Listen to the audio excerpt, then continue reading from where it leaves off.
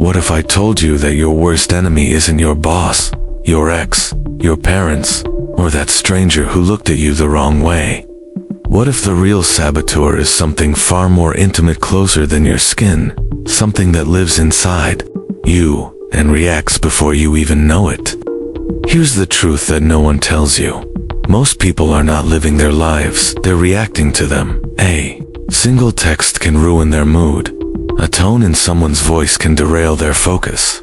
A passing insult from a stranger can replay in their head for days like a broken record. And the worst part? They think that's normal. They think it's just how life is. But what if I told you it doesn't have to be? What if you could be the kind of person who walks through chaos and stays calm? Who smiles not because everything is easy, but because nothing controls them anymore? What if there's a way to become emotionally untouchable?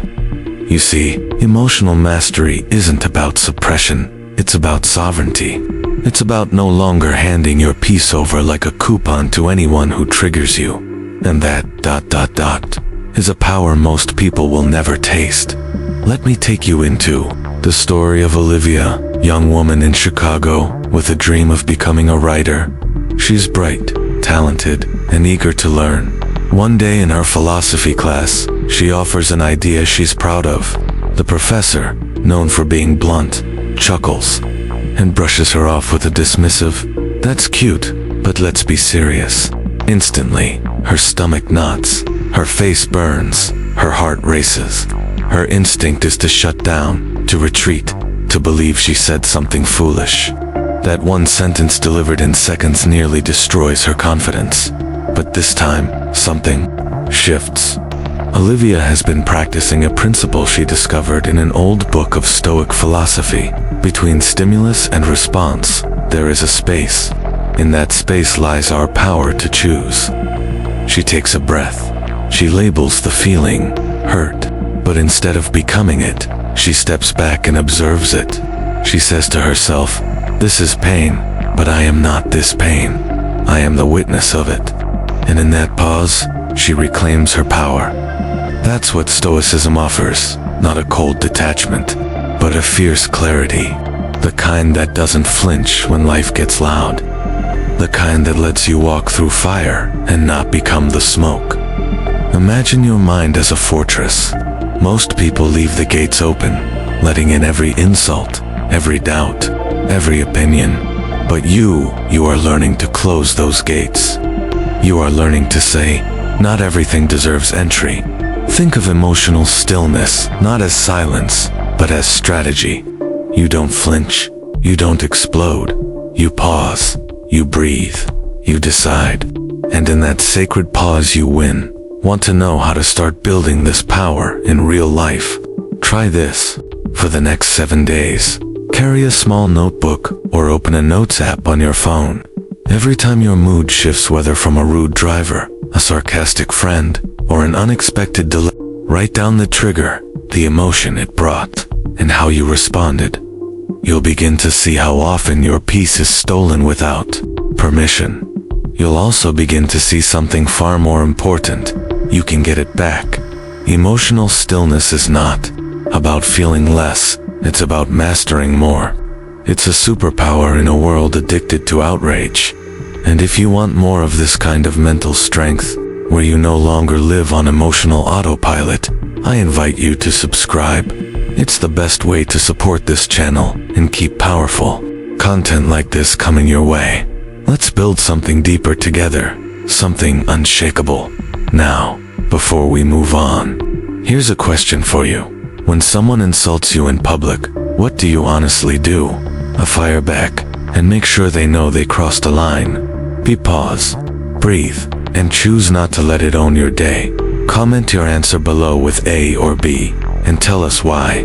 Let's talk about it in the comments. Ethan stood on the sand of Baker Beach in San Francisco, his feet buried in the cool grains, watching the waves roll in and out. It should have been a perfect day, his birthday, a celebration of life, of connection, of gratitude.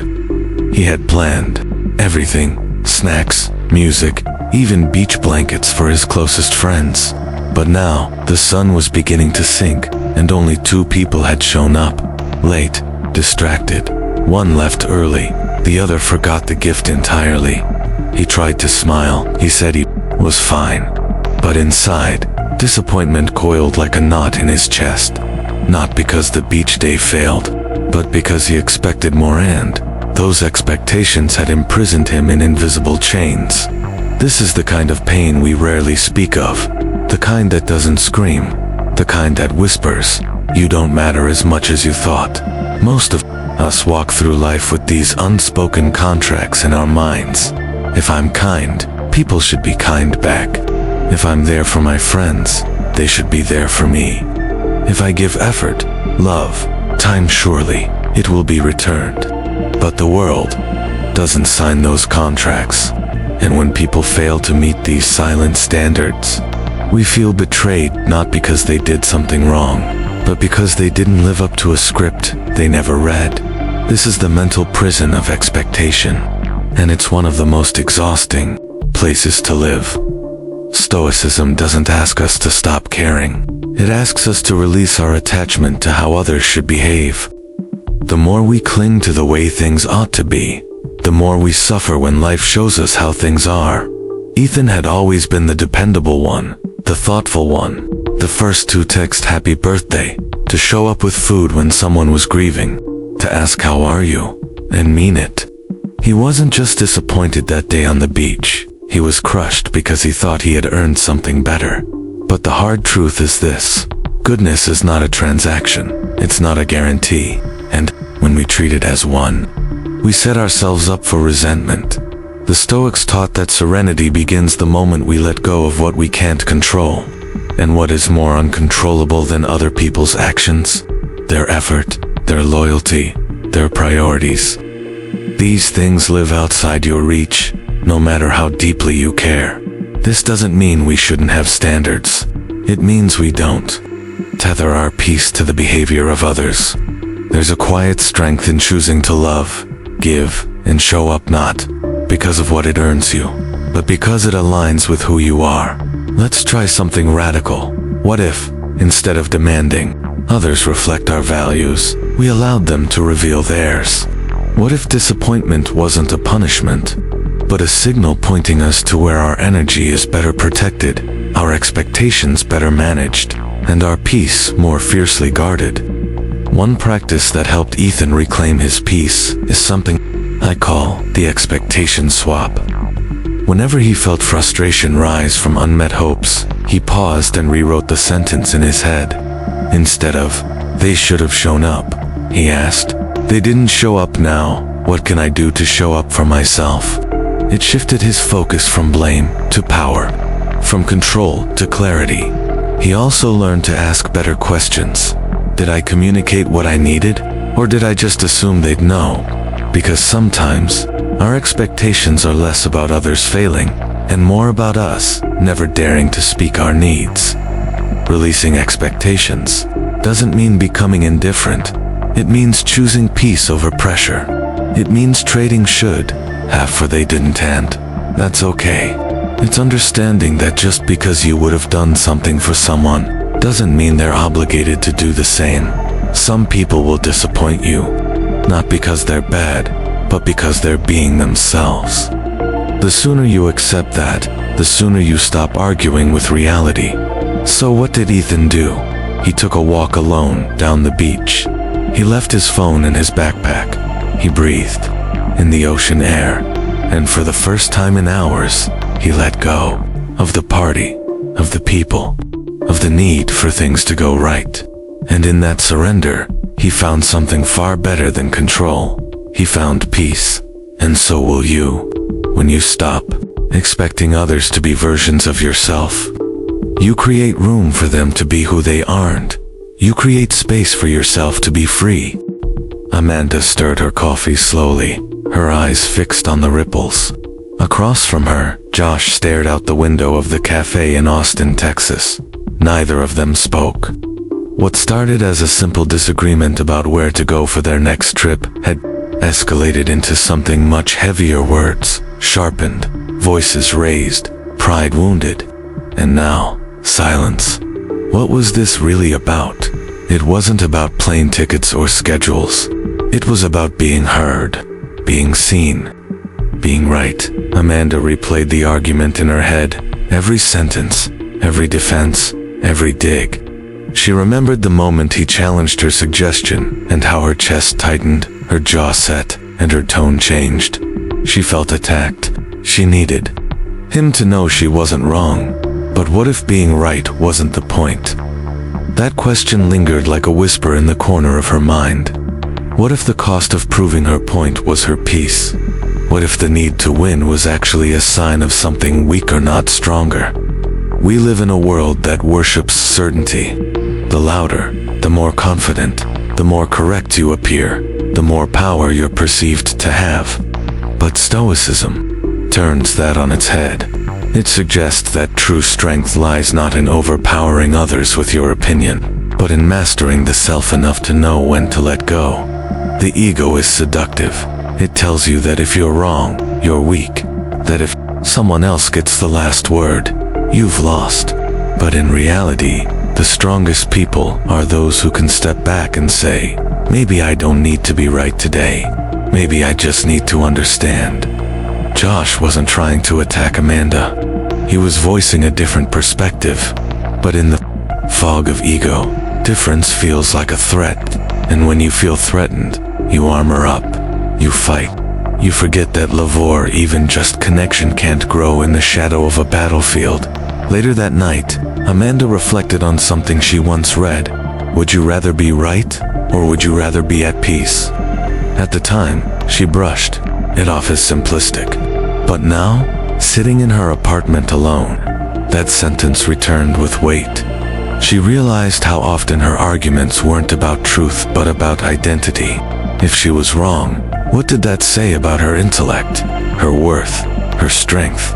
It takes courage to let go of the need to win, because sometimes that need comes from a place of old pain of not being listened to as a child, of having to prove yourself to survive. But healing begins when you stop letting those old battles shape your present. Amanda made a decision. The next time she felt the urge to win a conversation, she would pause. Not suppress her thoughts, but slow them down. Breathe. Ask herself, what am I trying to protect right now? My pride or this relationship? She started practicing what she called curiosity over combat. Instead of snapping back, she asked, why do you feel that way? Instead of shutting down, she leaned in with a genuine desire to understand. And something incredible happened. People softened. The walls between them dropped. Conversations shifted from defense to discovery. It wasn't easy. Her ego still flared. The instinct to correct, to justify, to control it didn't disappear. But now she recognized it, and that recognition gave her power. Josh noticed the change. Their conversations became less tense, more open. He felt safer, which made him less reactive. Too, the relationship deepened not because one person won, but because both chose. Connection over combat. Letting go of the need to be right isn't about shrinking. It's about expanding your empathy, your awareness, your ability to coexist with perspectives that challenge your own. It's about stepping out of the courtroom and into the classroom where every conversation becomes a chance to learn, not prove. There will still be moments when you're right, when facts matter, when truth needs defending. But most of the time, the battle isn't worth the wound. Most of the time, peace is the better prize. Amanda didn't lose anything by releasing her grip on always being right. She gained clarity. She gained softness. She gained the space to grow without fear of being wrong. And maybe, just maybe, that's what real freedom looks like. Marcus stood motionless in the hallway of the gallery, his hands stuffed deep into his coat pockets. Around him, murmurs floated like smoke comments from critics, patrons, and passers-by who viewed his first solo exhibition with the casual detachment of people looking for something to be impressed by, or unimpressed by. One remark lingered. His technique is interesting, but amateur. Feels like he's still trying to find a voice. That sentence hit harder than any rejection email ever had. Marcus had spent 2 years pouring himself into those canvases-long nights. Self-doubt, breakthroughs, and brushstrokes that felt like confessions. And now, a stranger's opinion, flippantly delivered, unraveled him. It's strange how one sentence can make you forget all the reasons you believed in yourself. He left early that night. Not out of anger, but out of the quiet collapse that happens when we've tied our sense of worth to someone else's eyes. That's the trap so many of us live in. Without realizing it, we measure our value through the mirror of public perception. We let praise uplift us and criticism undo us. We let other people become the architects of our self-esteem, handing them bricks and mortar without even asking what kind of home they intend to build. But Stoicism offers a radical alternative. It teaches that your worth is not a vote to be cast or a rating to be earned. It is fixed, unshakable, not because you are perfect, but because you exist. That alone is enough. Marcus spent the following days in silence, not because he was sulking, but because he was searching. He started journaling not about the criticism, but about the moment before it. The moment he stood in front of his own painting and felt proud. That pride, he realized, was real.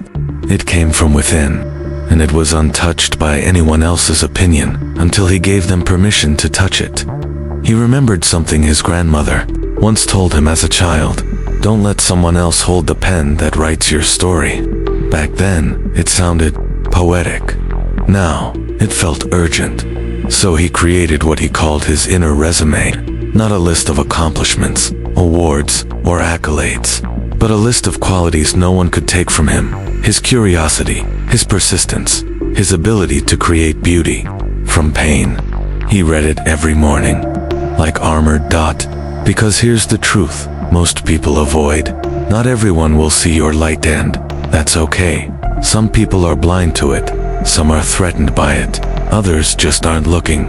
But your worth is not their responsibility to recognize. It's yours to remember. He also changed how he viewed feedback. Constructive criticism, he welcomed. He wanted to grow, but careless dismissal, that no longer earned a seat at his table. He learned to ask, do I value this person's eye, their insight, their intent? If the answer was no, he let their words fall like leaves, visible, but weightless. Detaching your worth from other people's opinions doesn't mean becoming arrogant. It means becoming grounded. It's knowing who you are so deeply that you don't panic every time someone doesn't agree with you.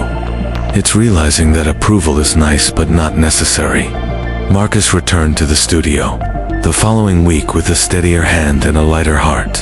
He didn't paint to prove, he painted to express. He didn't create for applause, he created for truth.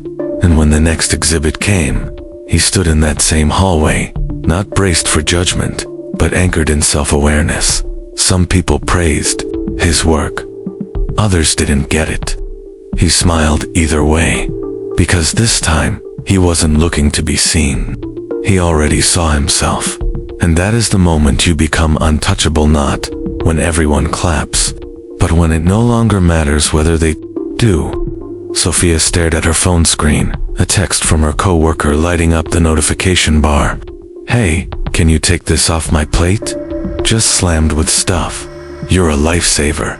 It was the third time this week, and just like the others, it came without apology, without warning, and without a hint of consideration for her time. She sighed, her thumb hovering over the keyboard, torn between typing sure out of habit and saying what her heart had been whispering for months. No.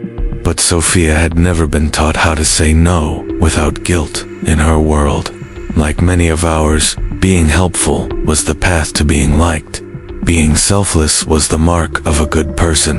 And any attempt to draw a line, to protect her time or her peace, felt like selfishness masquerading as strength. So she kept saying yes, even when she was tired, even when she was drowning, even when she resented it. But something was shifting, slowly, quietly. A revolution was brewing, not around her, but within her. It began on a Sunday evening in Seattle, sitting alone with her planner. She looked at her upcoming week and realized not a single day had space just for her. Her time had become a communal property split between tasks, favors, and obligations. The people she loved never meant to take from her, but she had never told them where her boundaries were, so they kept walking through her doors without knocking.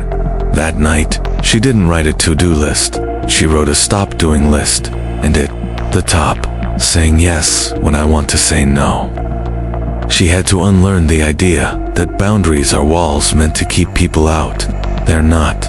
Boundaries are the gates through which real, healthy connection can grow. They are not acts of distance, they're declarations of value.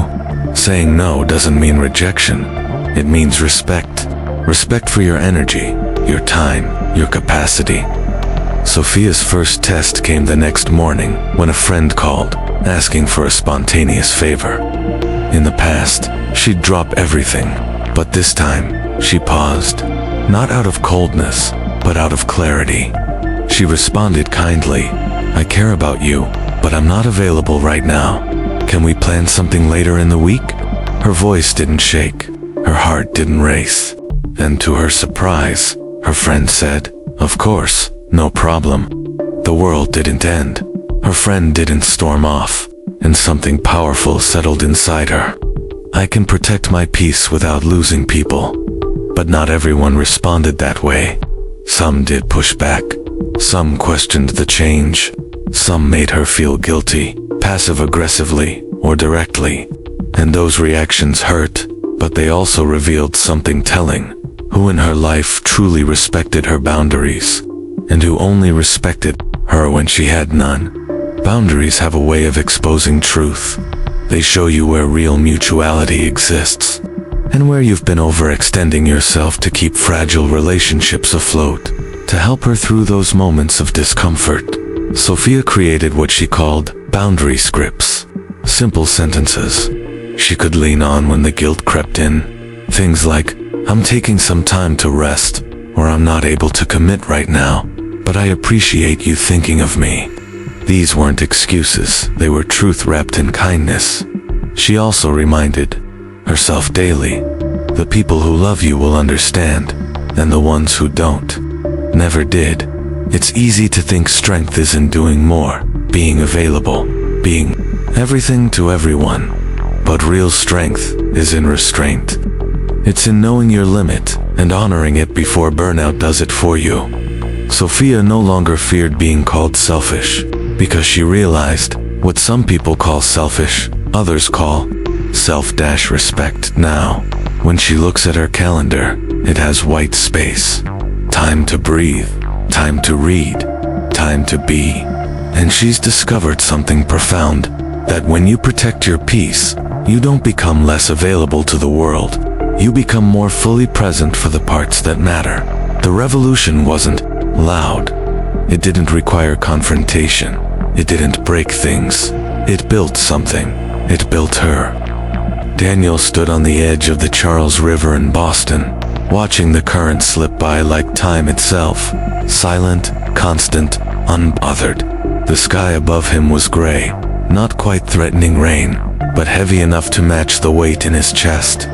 He hadn't been back to this spot since the night everything changed, since the betrayal, since the friend he trusted like a brother had turned away when Daniel needed him most. He had spent weeks carrying the ache, replaying conversations, imagining different outcomes, thinking of all the things he wished he'd said, sometimes with anger, sometimes with heartbreak, but always with the same result. Nothing changed, except him. He was tired, not just physically, but spiritually. The weight of that resentment had grown into something else, a kind of quiet torment that stole the joy from his mornings and followed him into every silence. We often think holding on makes us strong, but Daniel was learning the opposite. Sometimes, true strength lies in release. Letting go is one of the most misunderstood acts of courage. It's not forgetting. It's not pretending it didn't matter. It's not absolving someone of accountability. Letting go is what happens when you decide your peace is more valuable than your pain, and it's a choice, a radical one. The day Daniel chose to stop carrying it wasn't dramatic. There was no grand revelation, just a moment when he realized he didn't want to feel this way anymore. That continuing to stew in betrayal gave the other person too much power, too much presence, too much rent-free space in a mind that deserved stillness. So he sat down on that river bench with his journal and wrote a letter. Not to send, not to seek closure, but to express, to name the wound, to give it shape, to grieve it properly. Because real letting go doesn't bypass grief, it moves through it. Gently, intentionally, he wrote until the pain softened, until the voice in his head that demanded justice faded into something quieter, until the story changed not from one of betrayal, but from one of growth. Letting go doesn't mean erasing. It means evolving. Daniel began to ask himself new questions. What did this experience teach me about my boundaries, about my capacity to heal, about the kind of people I want close to me moving forward? The answers didn't always come easily, but they came honestly. And in that honesty, he found something he hadn't felt in a long time: lightness. Because carrying grudges is like holding burning coals. The longer you grip them, the more damage they do, not to the person who hurt you, but to your own hands, your own heart. Every day you hold on is another day you bleed for someone else's mistake. But once you release it, once you open your hands, you realize how much energy you've been losing. And in that space, something new grows, something softer, something stronger. Daniel started meditating, not to escape, but to return to himself, to the breath, to the present. He no longer needed to rehearse the past like a courtroom drama. He no longer needed to imagine apologies that would never come. He simply chose, again and again, to stay light. He discovered that radical peace isn't passive. It's not the absence of pain. It's the refusal to become the pain. It's an active, daily decision to create stillness where chaos once lived. And over time, the weight faded. Not completely, but enough. Enough to laugh again without flinching. Enough to trust again without fear. Enough to walk through life no longer defined by what was done to him, but by how he chose to rise from it. Letting go didn't make Daniel forget. It made him free. Now, as he looks across that same river, he sees not a wound, but a witness. A place where something inside him shifted, where he put down what no longer served him and picked up something far more powerful: clarity, resilience, peace. And maybe that's what we all need to remember. We cannot control what breaks us, but we can control what we build in its place. We can choose to stop drinking the poison of old pain and instead breathe in the fresh air of the present. Peace isn't found, it's created, piece by piece, breath by breath, choice by choice. And the moment you let go of what you were never meant to carry, that's the moment you begin to live free. By the time Daniel walked away from the river in Boston, something fundamental inside him had shifted. It wasn't loud or triumphant. It wasn't marked by grand declarations or dramatic endings. It was quiet, but unmistakable.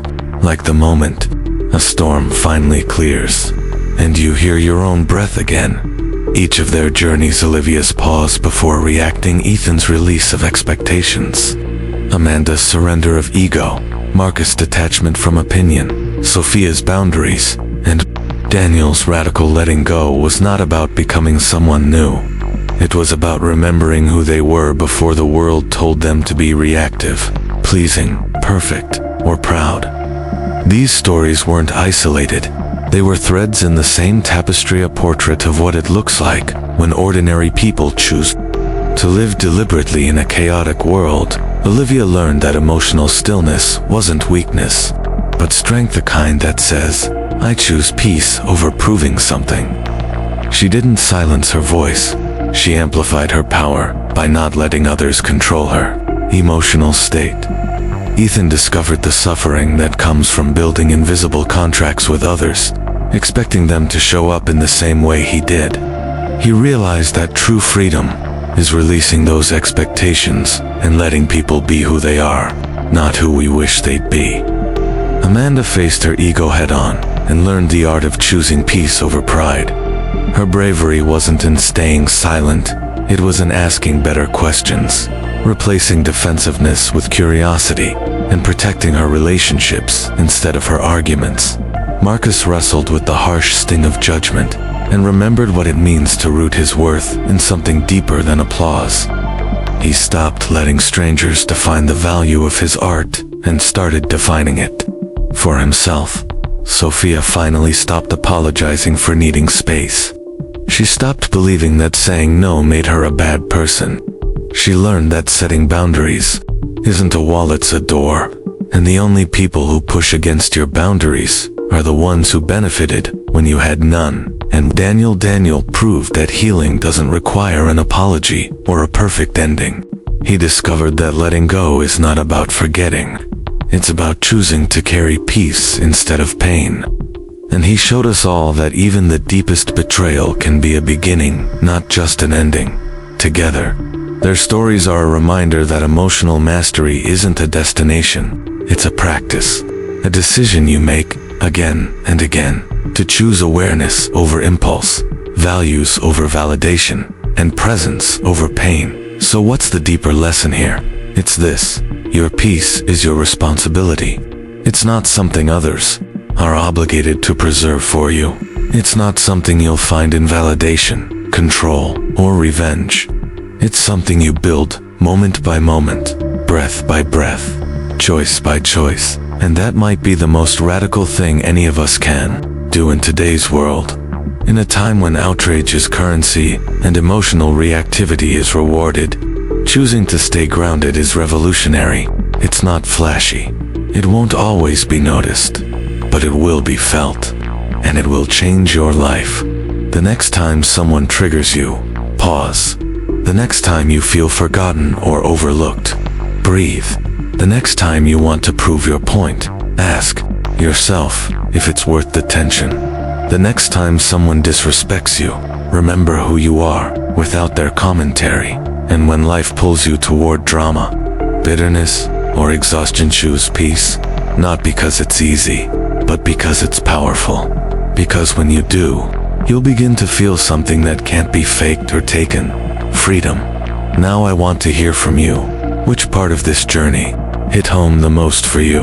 Was it Olivia's quiet strength, Ethan's expectations, Amanda's ego, Marcus' self-worth, Sophia's boundaries, or Daniel's release? Comment below with your thoughts, your experiences, your truth. Let's build a space where we learn from each other, where your perspective matters. And if this story resonated with you, if it reminded you of your own quiet battles and private breakthroughs, I ask one thing: subscribe to this channel, not for me but for you, so you never miss a moment of clarity, strength, or emotional freedom again.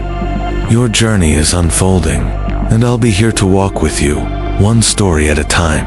Until next time, stay grounded, stay kind, and stay unshakable. Asterisk.